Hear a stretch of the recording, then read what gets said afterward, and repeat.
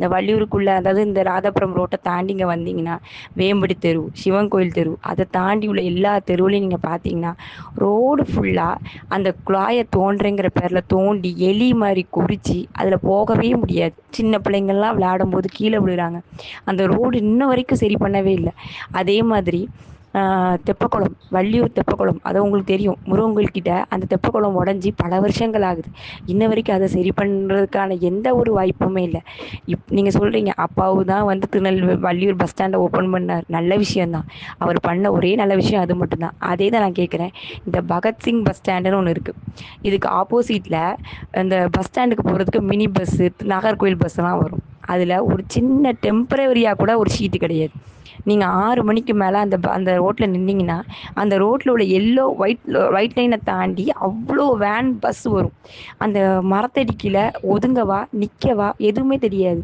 அதுக்கு ஒரு டெம்பரவரி ஒரு பஸ் ஸ்டாண்ட் ஓப்பன் பண்ணலாம். இத்தனை வரைக்கும் எல்லாம் பேசுகிறாங்க, நான் 8000 கூப்பன் கொடுப்பேன், அதை ஃப்ரிட்ஜு கொடுப்பேன், வாஷிங் மிஷின் கொடுப்பேன். யாருமே இன்ன வரைக்கும் ஒரு பஸ் ஸ்டாண்டு கொடுக்குறேன், ஒரு ரோடு கொடுக்குறேன், ஒரு தண்ணி கொடுக்குறேன், இல்லை மக்களுக்கு ஒரு நல்ல சமூகத்தை உருவாக்கி கொடுக்குறேன். இந்த வள்ளியூரை சுற்றி பார்த்தீங்கன்னா ஒரே டாஸ்மாக்.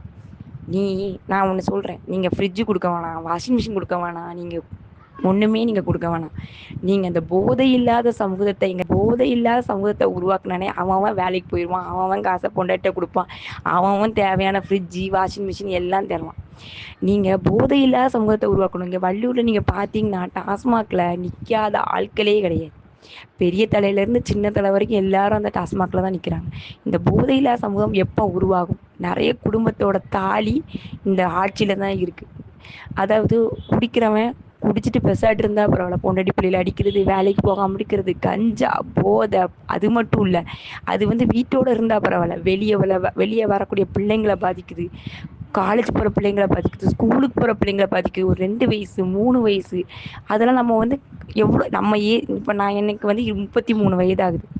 நான் சின்ன பிள்ளையா இருக்கும்போது எங்கள் தெருவில் எல்லா அண்ணன் கூடயும் விளையாடுவோம், எல்லார் பக்கத்து வீட்லேயும் போவோம். அந்த நல்ல சூழ்நிலை என் பிள்ளைகளுக்கு இப்போ இல்லை. நான் 2 பொம்பளை பிள்ளைகள் வச்சுருக்கேன். இப்போ நான் பயப்படுறேன். இப்போ உள்ள சமூகத்தில் இந்த பிள்ளைங்களுக்கு பாதுகாப்பு வேணும், ஒரு போதையில்லா சமூகம் வேணும். வர வர தண்ணி, இப்போ சித்திரை மாதம் வந்துடுச்சு, இனி வெயில் காலம், தண்ணி ஏற்கனவே தண்ணி வராது. இதை ஒன்று சொல்கிறேன் கேளுங்க. நம்பி எவ்வளோ தண்ணி தோன்றேன், நல்ல தண்ணிக்கு தோன்றேன், மோடிஜி ஸ்கீமுக்கு தோன்றேன், இந்த ரோடை ஃபுல்லாக தோண்டி தோண்டி தோண்டி எல்லார் வீடுமே பள்ளத்தில் கிடக்கு. போதை, எங்களுக்கு தேவை வேலை வாய்ப்பு, போதை இல்லா சமூகம், பெண்கள் பாதுகாப்பு. நேற்று எங்கள் வீட்டு பக்கத்தில் நடந்துச்சு, பணப்பட்டுவாடா நடந்துருச்சு. எனக்கு கேட்குறதுக்கு ஒரு நிமிஷம் ஆகாது. ஆனால் அன்னைக்கு காலையில் தான் நான் ஒரு நியூஸ் பார்க்குறேன்.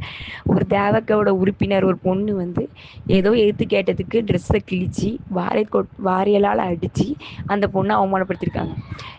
இப்படி பண்ணாங்கன்னா அவங்களுக்கு எதிரான குற்றங்களை நாங்கள் எப்படி கேட்போம்? ஒரு பொண்ணாக இருக்க நான் பயப்படுவோம்ல, இப்படி நாங்கள் கேட்க பயப்படுறதுனால தான் அவங்க ஆட்சிக்கு அது நம்ம எல்லாரையும் அப்பாவுங்கிறவர் வந்து ஒரு பரிச்சயமான முகம் ராதாபுரத்தில். அவருக்கு சொந்தமாக கல்குவாரிகள் இருக்குங்கிற புரளிகள் எழுந்து வருது. நான் அதை பற்றி தப்பாக சொல்ல. இப்போது நீ கனிம வளத்தை எடு, நான் தப்பாக சொல்ல, அதை வந்து யூஸ் பண்ணுறதுக்கு இருக்குது. ஆனால் அதுக்குன்னு ஒரு குறிப்பிட்ட அளவு இருக்குது. நீங்கள் அங்கே நான் ஒரு வீடியோ பார்த்தேன், அதில் ஒரு அண்ணா சொல்கிறாரு, இந்த கேமராவை பாருங்கள், காலையிலேருந்து சாயங்காலம் வரைக்கும் ஒரு 200க்கு மேற்பட்ட வாகனங்கள் வந்து கல்குவாரி வாகனங்கள் போகுது, இதனால் ரோடு வந்து பாதிக்கப்படுது அப்படி. இப்போது கல்குவாரிங்கிறது தப்பு இல்லை, அதை நான் வந்து தப்பாகவும் சொல்லலை. கனிம வளங்களை யூஸ் பண்ணுறதுக்கு இருக்கும், ஆனால் அதுக்குன்னு ஒரு குறிப்பிட்ட அளவு இருக்குது. நீ தோண்ட வருதுங்கிறதுக்காக நீ தோண்டிக்கிட்டே இருந்தனா ஒரு காலத்துக்கு அப்புறம் அது இல்லாமலே போயிடும். இப்போ அந்த சைட்லாம் தண்ணியே இல்லை, மக்கள் தண்ணி இல்லாமல் எவ்வளோ கஷ்டப்படுறாங்க. அந்த அது மட்டும் இல்லை, இவர் பரிச்சயமான முகம், அது மட்டும் இல்லை, இந்த முருகன் பாதையில் ஒரு அங்கன்வாடி ஒன்று இருக்குது. சுப்பாங்கிறவங்க அவங்க டீச்சராக இருக்காங்க. அந்த அங்கன்வாடி ரொம்ப வருஷமாக வாடகையில் இருக்குது. கவர்மெண்ட் பில்டிங்கை நீங்கள் போய் பார்த்தீங்கன்னா உடஞ்சி, அந்த பிள்ளைங்க வந்து நம்ம எதுக்கு அங்கன்வாடிக்கு அனுப்புகிறோம்? ப்ரீ ஸ்கூல் எதுக்கு அனுப்புகிறோம்? பிள்ளைங்க ஸ்கூலுக்கு போகிறதுக்கு முன்னாடி அழாமல் இருக்கணும். சமூகம் ஸ்கூல்னால் என்ன, அதுகளுக்கு தேவையான விஷயங்கள் என்னங்கிறத கற்றுக்கிறதுக்கு தான் ப்ரீ ஸ்கூல் அனுப்புகிறோம். நீங்கள் போய் பார்த்தீங்கன்னா தெரியும். நான் சொல்கிற விஷயத்த நீங்கள் போய் பார்த்தா தெரியும். முருகன் கோயில் முருகன் பாதையில் அந்த சிங்கநாராயணன் நாடார் தாத்தாவோட வீட்டுக்கு ஆப்போசிட்டில் ஒரு அங்கன்வாடி இருக்குது. ரொம்ப வருஷமாக அதுவும் உடஞ்சி தான் இருக்குது. இவங்க 1000 ரூபா கொடுத்து வாடகை கொடுத்து அந்த ஸ்கூலை வந்து அதில் வச்சுருக்காங்க. பிள்ளைங்க அங்கே பாத்ரூம் கிடையாது. இந்த பிள்ளைங்க பாத்ரூம் போகிறதுக்கு இந்த கட்டிடத்தில் வந்து தான் பாத்ரூம் போகணும். அந்த டீச்சர் இங்கே தான் வந்து போகணும். சாப்பாடு அங்கே தான், இங்கே சமைச்சு அங்கே கொண்டு போகணும். இந்த கிடிஞ்ச கட்டிடத்தில் வச்சு அவங்க சமைக்கிறாங்க. மேபி மேலேருந்து ஏதோ கீழே விழுந்துருச்சு அப்படின்னா என்ன நடக்கும்? ஒரு பிள்ளைங்களுக்கு ஒரு ஸ்கூல் கூட, ஒரு அங்கன்வாடியை கூட ஒழுங்காக கட்டமைக்காத ஆட்சி நமக்கு தேவையா? நான் சொல்கிற இடத்த நீங்கள் போய் பார்க்கலாம். அது பக்கத்தில் போலீஸ் ஸ்டேஷன் இருக்குது, ஆர்ஐ ஆஃபீஸ் இருக்குது, விவோ ஆஃபீஸ் இருக்குது. ஏன் நான் இன்னொன்று சொல்கிறேன், விவோ ஆஃபீஸே கட்டிடம் எப்படி இருக்குது? ஒரு கவர்மெண்ட் ஆஃபீஸரோட கட்டிடம் அப்படி இருந்துச்சுன்னா அந்த தொகுதியில் எப்படி எல்லாமே நல்லாயிருக்கும்? நீங்கள் சொல்லுங்கள். ஒரு விவோ ஆஃபீஸ் எப்படி இருக்குது? ஒரு ஆர்ஐ ஆஃபீஸ் எப்படி இருக்குது? ஒரு போலீஸ் ஸ்டேஷன் எப்படி இருக்குது? ஒரு அரசாங்க கட்டிடம் இப்படி இருந்தால் அந்த தொகுதி எப்படி மேம்படும்? அந்த அங்கன்வாடினால் நான் வந்து கொஞ்ச நாள் அந்த ஒரு டெம்பரவரியாக ஒரு 10 நாள் வேலை பார்த்தேன்.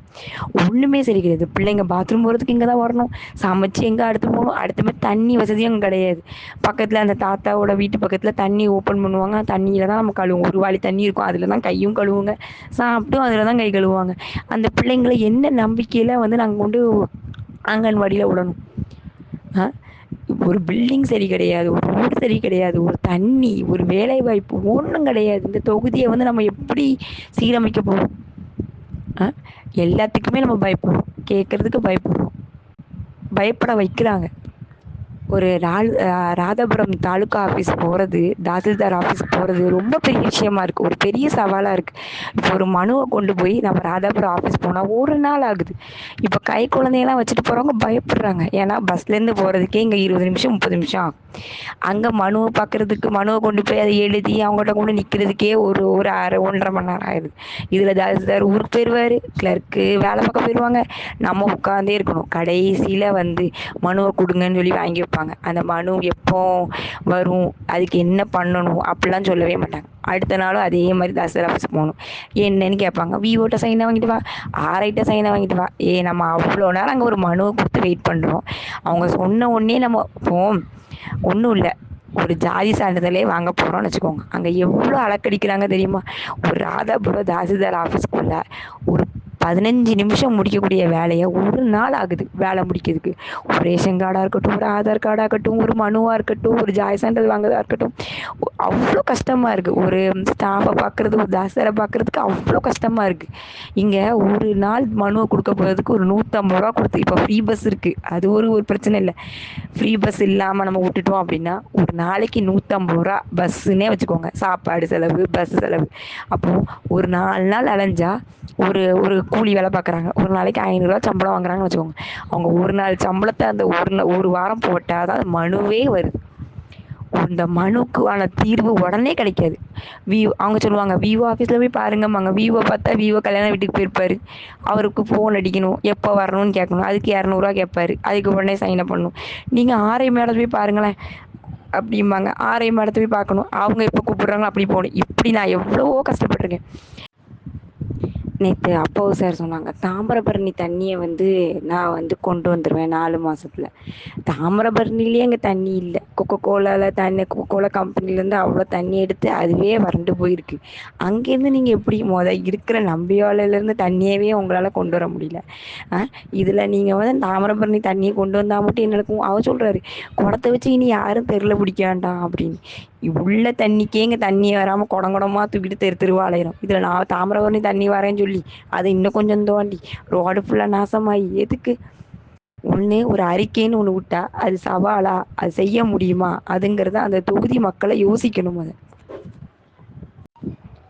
நான் சொன்னது வெறும் வள்ளியூர் சுற்று வட்டாரத்தில் மட்டும்தான். இந்த ராதாபுர தொகுதிங்கிறது ஒரு பெரிய தொகுதி. இதே மாதிரி நிறைய பெண்கள் பேச வரணும்னு நினைக்கிறாங்க. ஆனால் அவங்களால பேச முடியல. பயந்து போய் குடும்ப சூழ்நிலையாலையும் இல்லை இந்த கட்சிகள் கொடுக்குற பயத்தினாலையும் தான் வராமல் இருக்காங்க.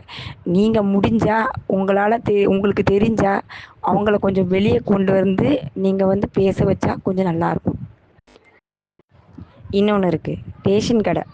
நீங்கள் பார்த்தீங்கன்னா தெரியும், ரேஷன் கடை எப்போ திறக்குது எப்போ அடைக்குது அப்படின்னே ஒரு விளம்பரமே கொடுக்க மாட்டாங்க. இப்போ நம்ம நினச்சிருப்போம், இப்போ வீட்டில் இருக்கவங்க போவாங்க, சரி ரேஷன் கடை மூடிட்டுனா வீட்டுக்கு வந்துடுவாங்க. இப்போ வேலைக்கு போகிற பெண்கள், இப்போ வீட்டில் கணவர் இல்லை, இல்லை ஒரு சொந்த உதவ யாரும் இல்லை அப்படின்னு போகிறாங்கன்னா அன்னைக்கு தான் கடை க்ளோஸ் ஆகிருக்கும். ஒரு அறிவிப்பே இருக்காது, எதுக்கு க்ளோஸ் பண்ணியிருக்கோம், எதுக்கு ஓப்பன் பண்ணியிருக்கோம், என்னைக்கு இது பண்ணுவாங்க, என்னைக்கு அது பண்ணுவாங்கங்கிறது எதுவுமே தெரியாது. அப்போது ரேஷன் எப்போ தான் வாங்கணும், அப்படியே இப்போ ரேஷன் கடை திறந்துருக்கான்னு பார்க்க பார்க்க பார்க்க அந்த மாதமே முடிஞ்சிடும், அந்த ஜாமானும் வாங்க மாட்டோம். அப்புறம் விரக்தி ஆயிரும். அதாவது ரேஷன் கடைங்கிறது என்னது, அத்தியாவசிய பொருட்களை வாங்குறதுக்கு. அது இந்த டைமில் அதுக்காக எப்பவும் ஓப்பன் பண்ணல, இந்த டைமில் ஓப்பன் பண்ணியிருக்கோம், இந்த டைமில் ஓப்பன் பண்ணாதுன்னு ஒரு அறிவிப்பு. எந்த ரேஷன் கடையிலையும் பாருங்கள், ஒரு அறிவிப்பே இருக்காது. எதுக்கு லீவு, திறந்துருக்குமா திறந்துருக்காதா, அதை பற்றி எந்த முன் விவரமும் இருக்காது. அதே மாதிரி அங்கே போனோம்னு வச்சுக்கோங்களேன், கார்டை கொடுத்து நம்ம பதிஞ்சிட்டோம்னு வச்சுக்கோங்களேன், வெயிட் பண்ணணும். இப்போது நம்ம ஒரு சின்ன சின்ன பிள்ளைங்க நம்ம வெயிட் பண்ணுவோம், வயசானவங்களுக்கு கொஞ்சம் முன்னுரிமை கொடுத்து கொடுக்கலாம், பண்ண மாட்டாங்க.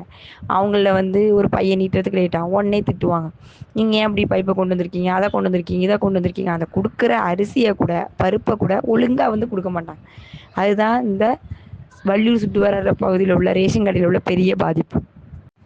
வாய்ப்பு கொடுத்ததுக்கு ரொம்ப நன்றி. இன்னமும் நான் பேசியிருப்பேன், ஆனால் வேணாம்.